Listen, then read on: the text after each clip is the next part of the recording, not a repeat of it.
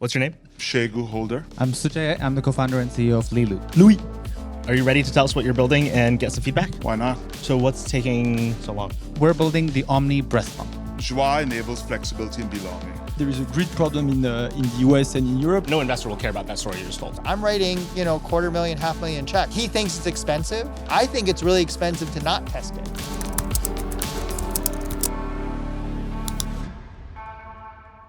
Shall we go to the next? Let's do it. Round of applause for the next founder up.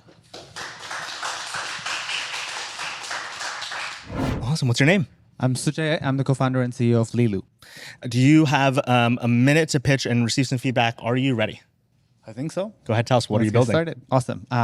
So successful breastfeeding is critical for both the mothers and the baby's well-being. But unfortunately, due to outdated breastfeeding technology, over 75% of moms stop exclusively breastfeeding within just 6 months, when the current recommendation to breastfeed is 2 full years by the WHO. As technologists, this was not acceptable to us. That's why at Lelu, we're building the Omni breast pump. It is the ultimate wearable breast pump fitted with our patented breast massage technology to help moms pump up to 50% more milk and help them sustain breastfeeding for a longer duration of time. We already launched the MVP version of Omni a couple of years ago, and to date, we've shipped over 2,500 units, generated over $250K in revenue. And additionally, we received FDA Class 1 classification, 2 granted utility patents in the US and 1 patent in China, and gathered a network of over 300 lactation consultants who support and love Lelu. And also, moms have called this product a breastfeeding savior and a true lifesaver. We're absolutely pumped to build technology to make a real difference to the lives of millions of moms. I hope you join us in our mission as well. A minute on the dot. Wow. Good job. And he worked to pun in. He That was worked to good. pun. That was good. Well done. That's my go-to fun. I have to do that. Yeah. I Well think a showcase of how to get a lot of that product context, what it is. I got, kind of the high level value proposition, got a lot of the progress. So you got to a lot of those details in that minute, while still giving us a sense of the innovation and kind of the imagination of why this product is a game changer, what the before and after looks like. So kudos there. I'm surprised this doesn't exist. Yeah, me too. Okay. Is it that simple? By the way, sometimes that's like how I like to ask that question. I know other investors like to probe it more, but sometimes it's that simple and you can just kind of look at the founder and go, do I trust you when you say that? Or is there a more complicated story? I feel like I trust you when you say that. Like this could be a category that, because it's taken a while for investors to get to moms, the hardware is probably really risky from a safety standpoint. Exactly. Yeah. I think it's the Venn diagram that is, as you look at it, right? Like I think women's health largely ignored for the longest time. I think now it's picked up in the last 4 or 5 years. We're seeing femtech be a real industry. When we started, femtech wasn't even a real thing, right? And then, hardware, like you mentioned, even smaller piece of the pie, essentially. So I think the amount of investment that went into this space, specifically maternal health, was very small. And then also, I think, when we started, one of the reasons why I started the company with my co-founder is because when we spoke to moms and heard about the horror stories that exist, and again, you both are parents, so you probably understand. Not me, actually. Okay, yeah. So I'm sorry, I didn't mean to No assume worries. that, but yeah. And we heard the same story play out over and over again about how, they would want to successfully breastfeed for a year because there's categorically proven research around that, but they just cannot make it work because they're not able to produce enough milk, and the technology was largely outdated. Again, and I bring this up like during my conversations. When we started, the early patent for a breast pump, which was around 60 years old, looked almost identical to the breast pump that existed when we started. Tell me about wearable in a way that describes it. Like, what is? I'm sure I can just look it up later, but picture would be worth 1,000 words. But give me a couple words and tell me what's wearable and what's been maybe the outline of the rough patent as well. You've probably seen a traditional breast pump with bottles hanging out and tubes hanging out and like a machine. My youngest is 14, so it's been about a decade plus. Exactly. But I've and been those around breast pumps still exist right now, by the way. But now we're seeing more innovation in the space. So we're seeing some wearable breast pumps that have come out in the last couple of years. So these are basically taking the form factor of that entire big machine and putting it in a small cup that can be put inside the bra. So moms can slip the breast pump inside the bra. It comes with collection vessels, and the milk goes directly into that. So they wear it, they can go get on with their day, essentially. And then when they're done, they get it out and then they freeze it. So those right now exist. But unfortunately, even though those exist, they're not as efficient as as even the original traditional breast pumps, which already were highly inefficient in helping moms get more milk. So one of the biggest reasons why moms quit breastfeeding is because, like I said, they're not able to produce enough milk. And it's a supply-demand situation where if they don't get enough milk today, that means they're not going to get enough milk a week from now, a month from now. And that triggers the downward fall, which enables them, unfortunately, which pushes them to quit breastfeeding before the recommended time of 2 years. I'm familiar with this again. Married to a pediatrician and mom of three. So as much as a cis male married father can know, I understand a problem in those regards. Let me ask a different question, kind of with some of those. Why are you the right founder to solve this problem? A few things, right? So one, I think tech. We're both engineers. My co-founder and I are product designers. We understand how to build tech. I've spent 2 years on the ground in Shenzhen, China, setting up our supply chain manufacturing. So I understand the A to Z of how manufacturing works. The biggest one, though, I think the reason why we started is, I think, empathy. Like, one of the reasons why I got into this space is, again, like, I started a nonprofit back home in India to help survivors of harassment and rape, ran that for about a couple of years. And I've been in and out of hospitals all my life. So for me, Lelu was two giant worlds of mine coming together. It's like, building technology for women to bridge the gender gap, and also building technology to improve people's health. And Lelu does both of them, essentially. And again, like, seeing my friends, family, colleagues struggling to make that early transition to early parenthood work was something that I couldn't just stand by. How are women represented and mothers represented on your founding team? Where women are, like, my co-founder is a woman, where none of us is a parent. So we've had to rely, I think there are negative, there's minuses to that, but also there are positives to that, because we come to this table now without any bias, without any personal experience in that. So we don't say, this is the problem that moms have to go through. So in the beginning, then we had to go out, speak to thousands of moms to understand all the different problems that they're going through, essentially, and then come at it with the right sort of angle. Yeah. I'm trying to get at it. Please you go kind on. of, you understand what I'm asking. Sure. And again, similar, like, this is great, by the way. The content of this, get ahead of that question. Sure. Yeah. Get ahead of that question. Yeah. It's going to be important. I'm an investor I'm an investor in femtech. I do a lot of that, knowing where I play in the world. Yeah. And I am very sensitive to who I invest in and why, and understand their place in the world. And so, and again, all the tick and tie and the bones of your pitch are incredibly strong. So this is feedback at a different level. But know that is in the room. Yeah, no, that's the first question I get every time I pitch. So I totally. Again, similar to the M&M feedback, maybe a theme for the night. It's like, get ahead of it. Absolutely. And you could probably see this over the thought bubble over my head. No, I think that's the thing, right? Like, every time I pitch, I can see that thought, like the bubble popping up within the first minute, and then I'm like, so when I ask you why are you the right founder to solve this problem, I'm basically asking you. No, I get that. So just get ahead of it. So it's been how many years? So we incorporated in 2016, so it's been around 8 years. And then you said you've had how many sales over past 2 years, I think you mentioned? Yeah, so we launched our first product, which was an accessory to the breast pump. So to get the validation around the massage technology, which is our core IP, we launched that I say 3 years now, but we launched 2020. So what's taking so long? I mean, hardware, I think, to begin with, funding around hardware, like Next, supply chain. And I think also because we, like the very first question that you asked me, why doesn't it exist already, right? So we are creating a new category of products, or when we set out to start innovating in this space, we were building a new category that didn't exist.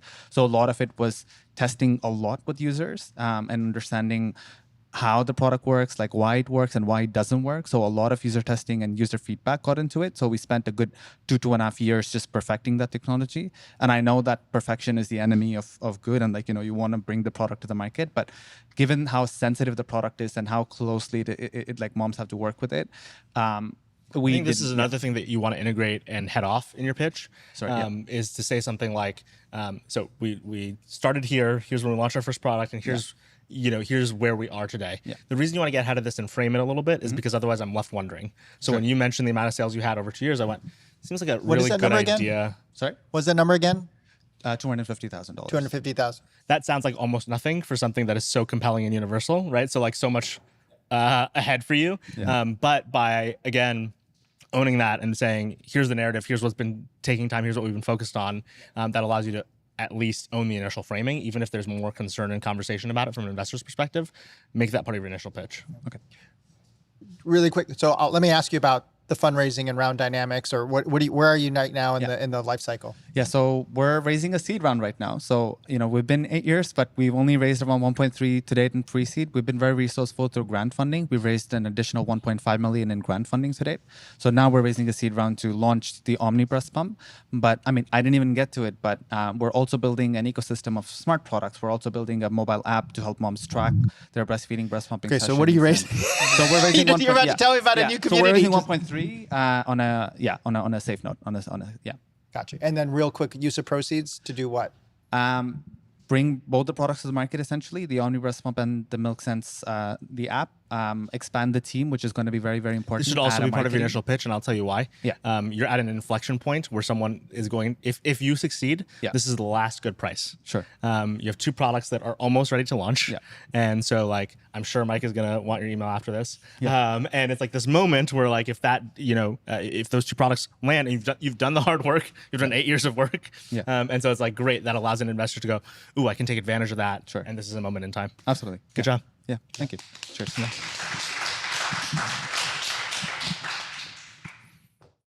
Super interesting product. Super interesting that it's two non-parents.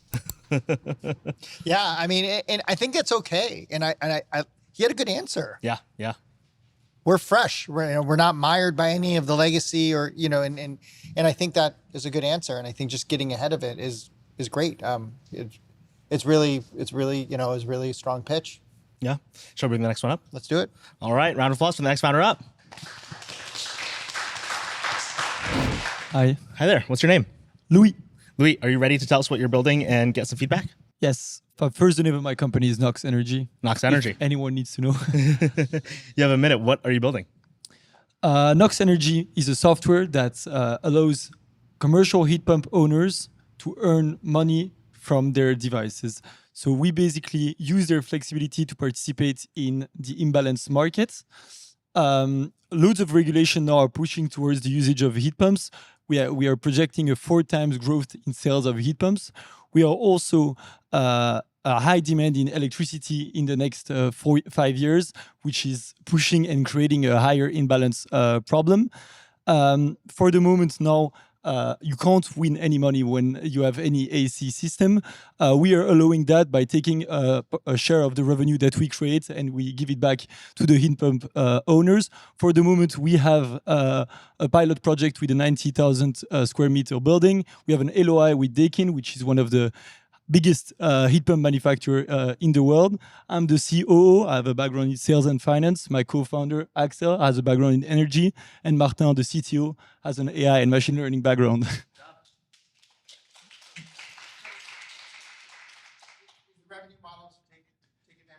Yeah. Not exactly. So we changed a lot the pitch lately, so that's why it was a bit. It was not my best one, but so maybe just explain how you make money and how you return money. The imbalance market. There is a grid problem in the US and in Europe. There is a lot of renewable assets that are coming into the grid, which creates big peaks and lows in demand that we can't predict. But if there is a really high peak, the grids can't operate and there is a blackout. Of course, grid operators and governments don't want that, so they pay people to help them regulate this grid problem. And for the moment, people can do that with batteries, solar panels, but nobody is using the heating and the cooling system, especially not heat pumps. Why? Why people don't do that? Because you need to predict what's going to be the temperature inside the house and how to not affect the end consumer. So is it electronic orchestration of the different heat pumps, or are you storing energy? No, it's orchestration of heat pumps. I was like, that sounds like a very difficult physical problem. I've seen a lot of companies in the space of let's call it energy arbitrage, whether it's paying, homeowner and, kind of doing subsidized installment of green infrastructure, or the variety of, kind of players in the space. I think when that's true, I think every venture investor over the past 5-6 years has seen this category. I want more about why heat pumps and why you have identified a leftover thing there, because ultimately I've seen the others in this space. They're sealed. There's Others. So yeah, those Water guys heaters, I've seen. use rebates for paid by the government. Right. So this Us, is where totally different. That's where we need to separate Right. that. There is the energy market, and there But this is where to live, right? Yeah. You know, kind of going back to earlier feedback, if we get squeezed on some of your initial context, then you go, here's the specific infrastructure item we're targeting. Here's what's unique about what we do with it with orchestration. And here's how that business model will basically be a feedback loop. That over time will be really rewarding both for our customer and for us when we're taking our VIG. That's a very easy narrative versus I think you lived in trying to over-explain the energy arbitrage portion of it, which I think a lot of people, they get the base value, right? There's the detail as to exactly how you're doing it. But again, a lot of investors understand, okay, there's a space here whenever there is something inefficient going on, whether it's a homeowner, a commercial, whatever it might be. Now give me the details as to your specific approach. Is my feedback. Yeah, Go ahead. but I think that's where it's really hard. We are trying to define how much do we need to get into the deep of it because it's quite technical. Like this whole energy market, you don't want to over-explain it, but you also want people to understand that there is actually an opportunity now because of this problem, and it's a growing problem. So we need to explain that more renewables come into the grid, that there is this imbalance, and that we are helping them to solve it. So the main goal of Nox Energy and why do we focus on heat pumps is because one heat pump can't participate in the markets, but pulling heat pumps together. Can I ask a dumb question? What's a heat pump? What's a heat pump? It's like an AC that heats and cools. How many of the buildings I have? You know, this office that I rent an apartment. Yeah. Do both of them have heat pumps? Depends. New buildings do, and now in New York there is the 97 law, which needs for anyone to set up a heat pumps. That's the regulations that we like and that promote heat pumps. But Heat pumps are better than other solutions. Yeah, they're more efficient in terms of What energy percentage of usage. saturation heat pump versus other heating solutions? In terms of it's 120% more efficient than. No, sorry, saturation in the market in terms of like if we're going to different buildings, there's a heat pump. What's the alternative to heat pump? You have gas. Okay, boiler. Gas, oil. That's different. Okay. What's the market share of those two solutions? For the moment, it's 10% heat pumps, 90% the rest. So there's like this narrative around heat pumps. This is so weird to say. I need your pitch to like nerd me out on heat pumps, right? Here's like heat pumps. Here's why they're new. Here's why they're better. Here's why they're 10% now, but going to be more over time. Here's where they're going to impact the grid overall in terms of this imbalance. Let me ask you a question. Who's your initial customer? Is it large property owners, commercial, large property owner that want to reduce their emissions? They are now putting heat pumps because it's needed, and we connect to those heat pumps because the financial around the heat pump is quite complicated. Even if it's more efficient, energy bill are higher. There is a higher upfront cost, so we are making the economics behind any heating system more efficient. So effectively, if I understand this right, you're right. It's a software optimization layer on my heating and cooling programming to optimize for cost spikes. Is it just heat pumps the way you described it and the way you described it right now? Like, does it have to be just for heat pumps? For the moment, we target heat pumps of commercial buildings. Yeah, That's, and I yeah, understand But that. that's just your initial go-to-market. Yeah. Overall, that's going to be one sliver. Exactly. I think I did not hear that, and I need to hear that, right? Because the orchestration part was like, oh, that's interesting. The fact it's just heat pumps, I then have to. That's why I wanted to ask you more about the heat pump market. But then that's probably because I want you to do that zoom out and say this isn't like our go-to-market is heat pumps because it's easy. There's regulation and allows us to actually do this quickly and have a real financial arbitrage. But orchestration overall is the point. So this is our wedge. So and this is how we get into buildings and how we'll expand. And I've lost the plot again on where's the business in terms of, you said you're doing one pilot. Can you talk to me about traction and where you are in development? So for the moment, for example, now we're doing a 90,000 building, square foot building. Basically, we're handling those two heat pumps. And by using those heat pumps, we can create a revenue of 40,000 a year in total for the whole building. Because we're playing with What's the revenue model? Is it a take on and then savings? we take a share out of that, and we give the end to the building owner. So so you have a take rate on savings. Exactly. What's the take rate? 30%. 30% of savings. And how do you model that? It's not exactly savings. That's the big difference. And I think that's the part where potentially was not clear enough, is that we do optimize the heat pump usage to reduce their energy bill, but we are actually really making money by playing with the heat pump to help this market where we're really getting paid. What is the take rate? So it's like energy market. It's like so basically there is this grid that pays us really to create this imbalance. So you receive money at the end in your account. 30% from the rebates back to the grid. So you're putting money back, you're putting energy back in the grid, and Exactly. so when you revenue generate, you're taking your 30% take rate Exactly. of energy back into the grid by optimizing. Okay. There's a really interesting story there, right? Heat pumps are more effective. We can use them and orchestrate them in a way that allows us to pump energy back into the grid that is healthy and good for all of us as a society. And here's our initial go-to-market. But I think like that, like the part of me that goes, you know, why might this be hard to pitch the way that we're talking about it is because it is so detached from your initial go-to-market. But your initial go-to-market is, I don't say this in a judgmental way, but it's kind of boring. Like it's a building. Like I don't care that much. I do care about what 10 buildings looks like. I do care about what you pumping a ton of energy back into the markets looks like. So I think you actually want to like give a lot of that vision and say, here's how we start, as opposed to here's how we start and either sticking in that or going into the vision. I think it starts with saying, here's all the inefficiencies in the market that we're going to take advantage of. And here's the first one that looks pretty juicy. Yeah.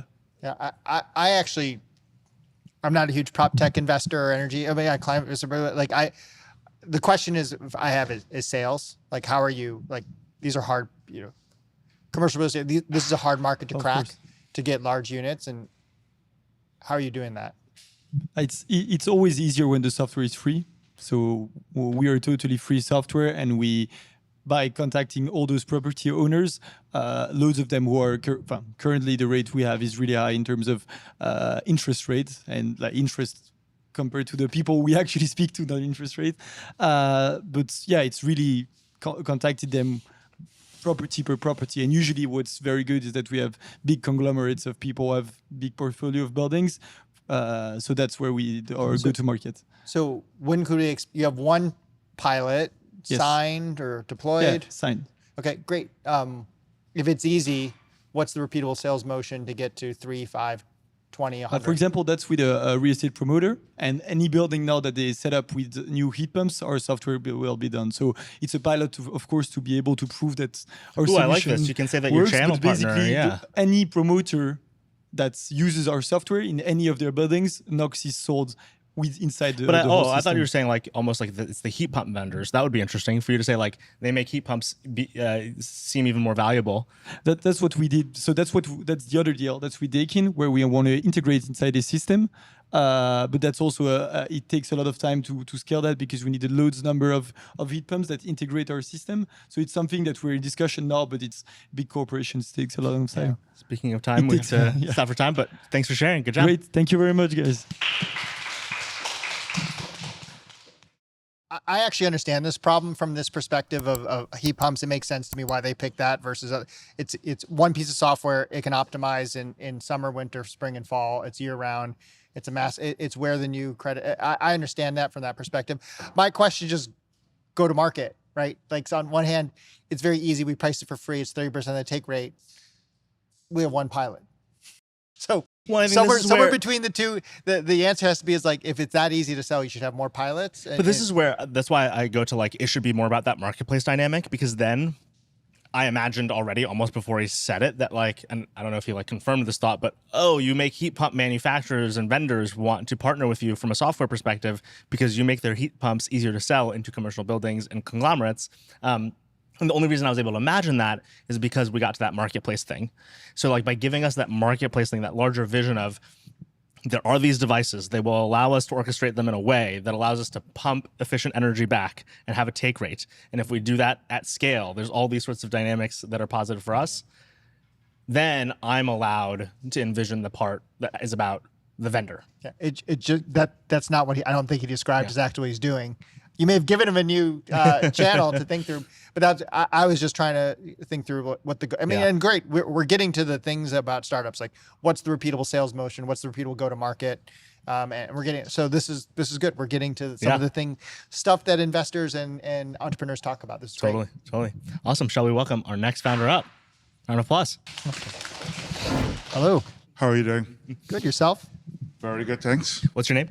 Shegu Holder.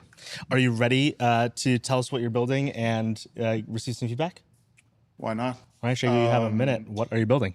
Yeah, we're building joie, French for joy. Joie la vie, living your best life. Flexibility is here to stay.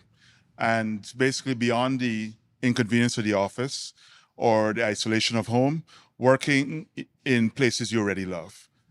reimagine them as non-traditional workplaces, museums, art galleries, sports stadiums, any underutilized public place with a story and a community. Joie enables flexibility and belonging. Using tech speak, we enable experiences and we build relationships/network effects. If there are three things I would want you to take away from this, first thing is that how our business model is B2B SaaS. We enable people leaders to retain and recruit people anywhere and provide them with compelling, magical experiences.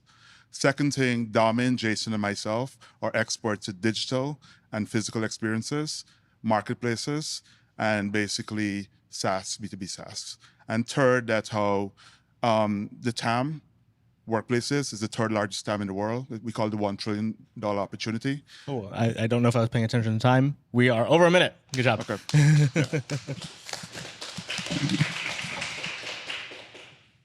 So are you offering, okay, I think I get it, right? So I could, if I'm a people leader, I could do something, again, I'll just pick, I'm a Cleveland sports fan. I could hold an event, I don't know, in Cleveland Brown Stadium and do something for my employees there as a SaaS. Like I'm just trying to get.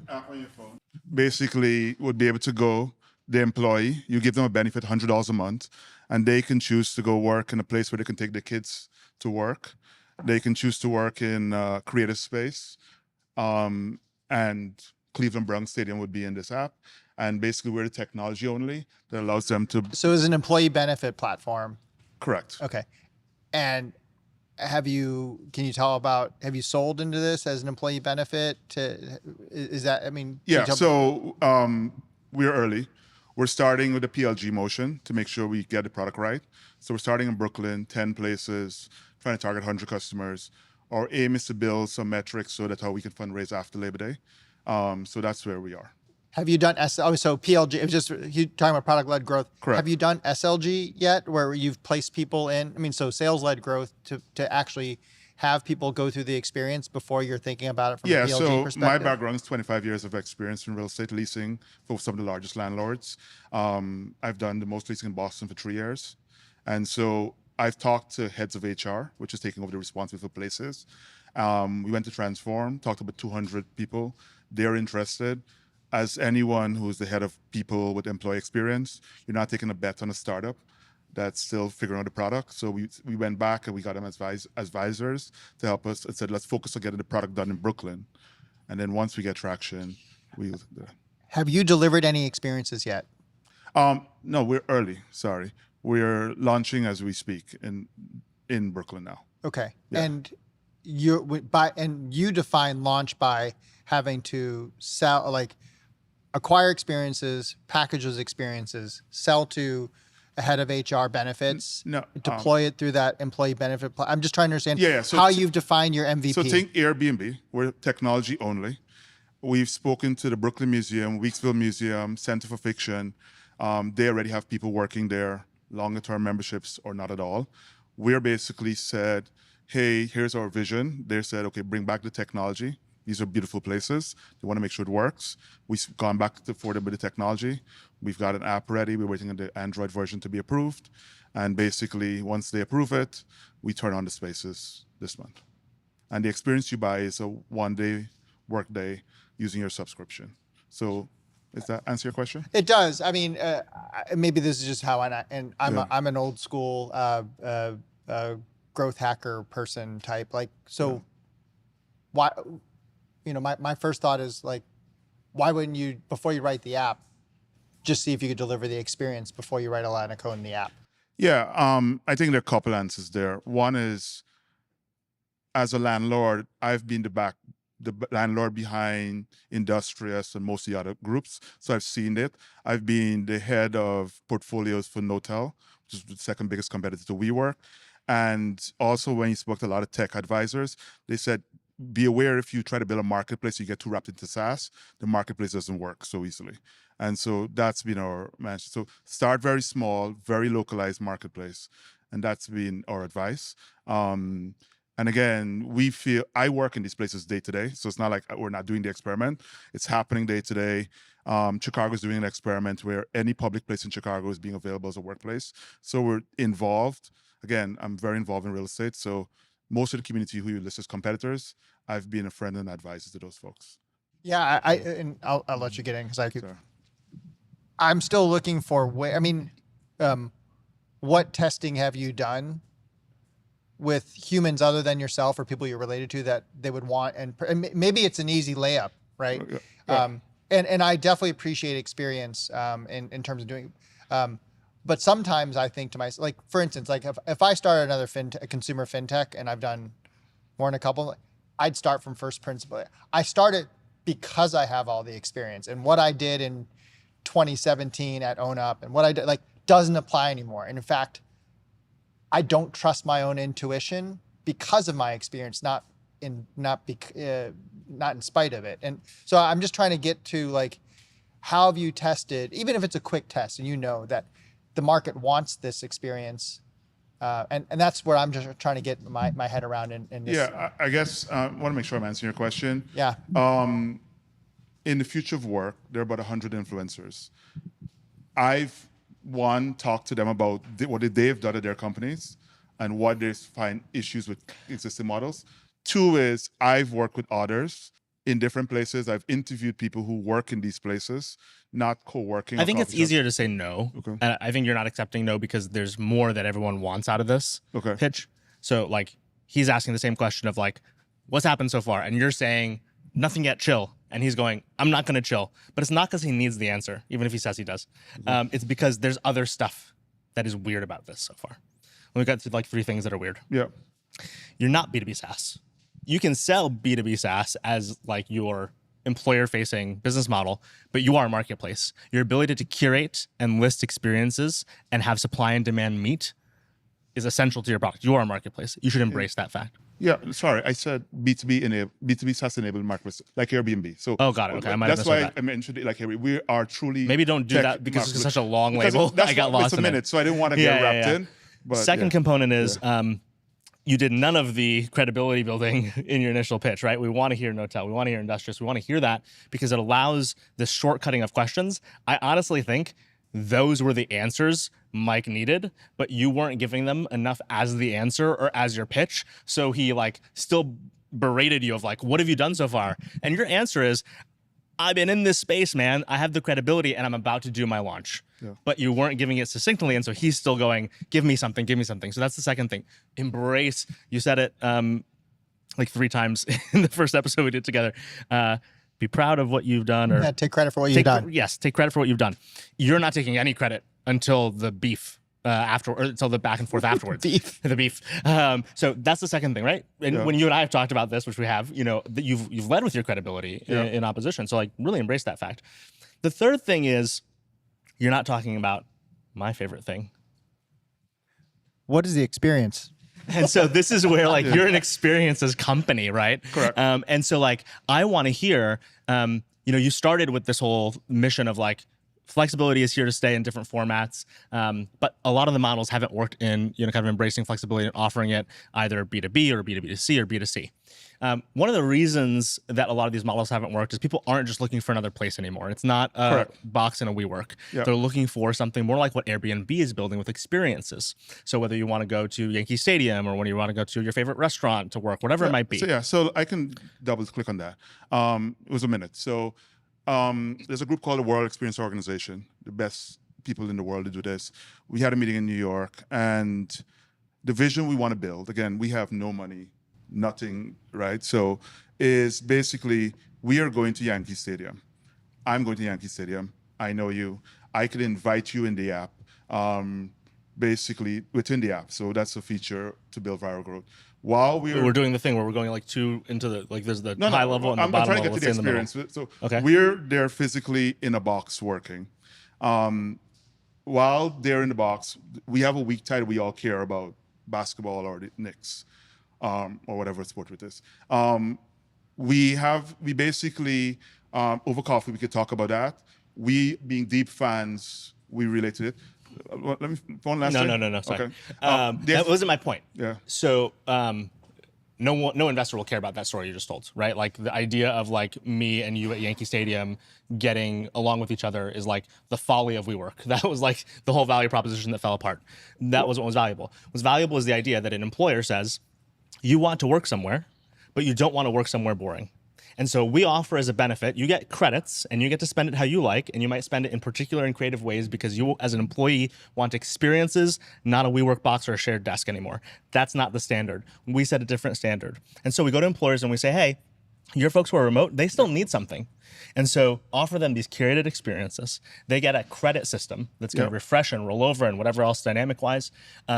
And the great thing, the difference between us and every other solution in the market today is they're going to feel, as part of their co-working, this other level of either fandom, camaraderie, art, creativity attached to their work when they book on WeJoy, going to their favorite stadium or their favorite restaurant, wherever it might be. And that's going to give them a sense of purpose and a sense of belonging and a sense of community that is nearly impossible Can I to get just remotely. say one thing? And I'm going to be as quick as possible. Yeah. I'm going to race through it. I went to Center for Fiction today. It's a place where writers do. I don't write. There's a book coming out about a rum whiskey brand. There's a talk there. It's called a FICA moment. While I'm there, I can enjoy that moment. Also, there's a talk about preparing a brief. I'm not a writer, but I want to write you a pitch. And these are all, this happens every day. Before I showed up, before my idea showed up, they're struggling in this one day pass, and I'm solving that problem. That's the kind of also experiences great. we're trying to do. That's also great, and you didn't say that in the beginning either, right? You did when you got to like some meeting that you were referring to, where I think like you were saying, hey, they already do this and they're not getting what they want out of it. But this is the practical stuff, man, right? Like, don't live in the me and you at Yankee Stadium, right? It's the idea of, especially because it's your business model, what is the employer offering the employee that is different than everything in the past that they get to experience? Everything else, in terms of how detailed you're getting about like there's a pitch workshop or whatever else is happening in that space, that's gravy if it works. Correct. And keep in mind, there's a graveyard of WeWork and what was the female professional one? The Wing? The Wing, which did these talks. That was not the business model innovation that got those companies to survive. And in fact, it might have been why they died. Yeah, so I think on the employer side, and we intentionally focus on the user versus thing, it's accessibility, inspiration, inclusive, and cost effectiveness. It's what we heard from the heads of HR and heads of people. If you compare Airbnb to hotels, I grew up in the Amazon. There's no hotels in the Amazon, but there's Airbnbs everywhere. All four of those things I just described. That's such a cool statement. And you can be like, there's places where there aren't any WeWorks. And like, again, I think like you're getting lost in the weeds. Yeah. There's a cool middle ground. Yeah, no, I agree. But what we did, and we may be wrong here, we focus on build a great product for the user that the user loves. And that but you're not telling that story today. I guess my question is this. Yeah. I'm all for this, and maybe this is where how do you know it's a great product for the user? What data have you acquired? Can I constrain your answer for a second? Sure. No, his answer. Great question. Sorry. Don't answer by saying we met with and then name a bunch of stakeholders. Yeah. Answer in experience. A, I use all the other products. B, I've worked in places with day experiences across the board. I've also talked to people who have been part of Airbnb's team, not just what the product is today. Can I give you a different, I'm going to make up an answer because I don't know this stuff literally. Yeah. When I was at Notel, what I saw was a resonance when we did build outs that were of a certain color.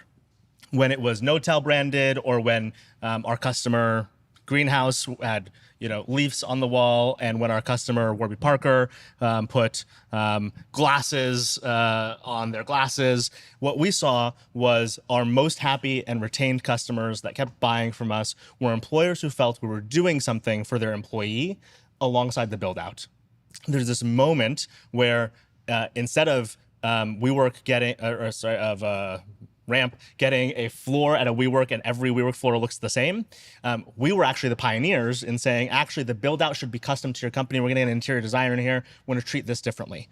And so in that, correct, what I found more than anything is that the curation and the experience building is the thing to build the next generation of these co-working co-working products and spaces. I agree with you, but there's one flaw in that, which is that the cost side is super high. And so we have to try to build for what we call the minimum viable workplace, which is we leverage What I the said story doesn't and get into community. that negative, though. I know, but that's why we did the museum. If it is too hard, the good news is that's why we did I it. think that you have something there, and you have to allow your solution to overwhelm all the concerns that are going in your head because they're not yet going on in ours. Okay. You're almost fighting ghosts. Okay, sorry about that. Yeah. No worries. Yeah. It's an interesting product. Good job. Good Thank job. you. Yeah, fighting ghosts is hard. Yeah, I think I mean- that's a very experienced individual who thinks that the objections in their head are the same objections you and I might have. Well, and my answer is very, so when I talk about this is a good callback to how we started. It's like solve real problems for real people. So my question is this: it is an assumption, and that assumption should be tested, that people want to co-work in beautiful places. Now you may be right. So and again, I admit my biases as an investor, and this is why we do the operational coaching at Sidecut, because this is just how I understand how to underwrite a business. And my advice would be, why don't you just run a test? Like, hey, we actually have a relationship with BAM. I would talk to my counterpart, BAM. Hey, can we run a quick co-working day? Everyone has to pay 99 cents to co-work at BAM for the day. I have no idea. Run a Luma, run 90, and you know what? We had 100 seats available, and boy, we had 10,000 signups.